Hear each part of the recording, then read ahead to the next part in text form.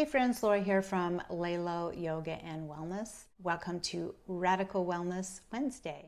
This is where we dive into easy, achievable steps that you can do every single day, as well as some somewhat bigger goals that you want to work through monthly and even yearly. This way you have a path to some small wins that help motivate you to those bigger wins, to those things that are really milestone wins that will carry you through with whatever it is that you're trying to focus on for your wellness. Today we're going to talk a little bit about social wellness. And I think that this is something that's really important. I'm speaking from the perspective especially of an introvert. It's very easy for us to sort of ignore our social wellness because we like to be alone.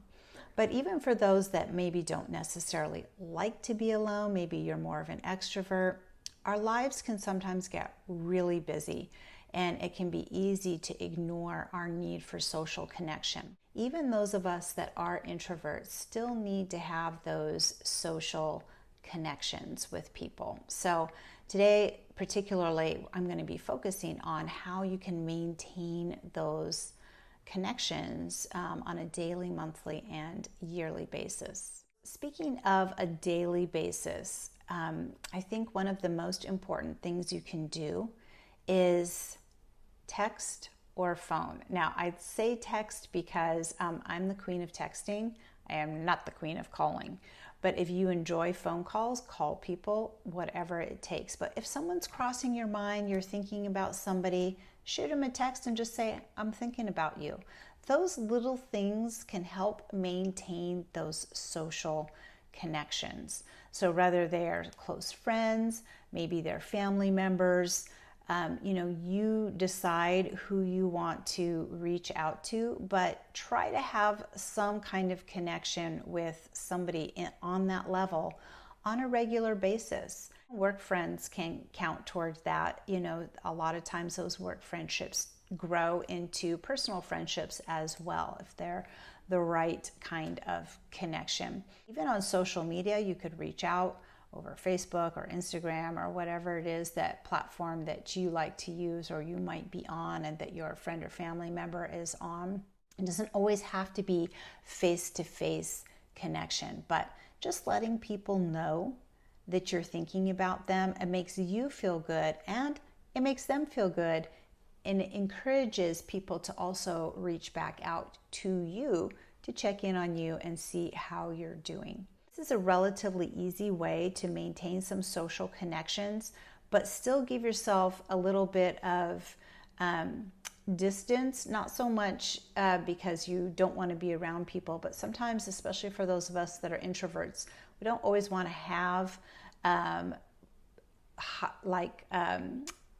superfluous conversations, things that aren't really in depth. And so the challenge behind that is we don't always have time to have really in-depth conversations with people. So just a quick tap on someone's shoulder to let them know that you're thinking about them is a great way to maintain those social connections. Another thing that I've done in the past, I didn't do it every single day, but every day for like a week, was to do a social media shout out to people that I was thinking about. I just recorded a quick video and said, I'm grateful for so-and-so, and these are the reasons why. Tag them in that video. And it really promoted a lot of good feelings on both sides of that interaction. So think about those things that you can do to help maintain some social connection that don't necessarily require a lot of time, because you may not have the time to invest in it, but they help continue to keep that thread with your friends and family and those people that are important to you. Now, looking at something on a monthly basis, let's talk about getting together with friends. Again, from an introvert's perspective, monthly is plenty. An extrovert might want to have more personal interaction time with people, but trying to find some time, whether it's hosting a gathering in your home, whether it's meeting some friends up for coffee or cocktails or dinner or going for a walk, doesn't have to be around food. You can always find some ways to connect with people on a regular basis. And if you have a little bit of a bigger group, then, you know, all of the conversation doesn't just have to center on that one person. You can have a number of different conversations with people and kind of fill that bucket of social connection, because again, we all need it. We are social beings. And if you're feeling like, well, I'm in a season in my life where I don't have a lot of people around me in that way, whether it's I moved recently or I've had a life change that resulted in, you know, some loss of friendships. Sometimes that happens like through a divorce or something like that. You know, you can do some Zoom parties with some friends that are long distance, or start building some new friendships around you. You know, studies have shown that people that do have a close-knit circle of friends are more resilient than those that do not. So it's well worth the investment, mentally, emotionally, and physically, to reach out to people, maintain those social connections, and do what you can to nurture them. Even if you make plans, and then of course the minute you make your plans, you're like, oh, I don't know that I want to do this. See if you can get yourself to do it anyway. I'm not saying don't give yourself some grace when you really need it and have to back out of something, but really see if you can't make an effort at least once a month to have a personal connection with a few of your friends, so that you're nurturing those relationships and those connections.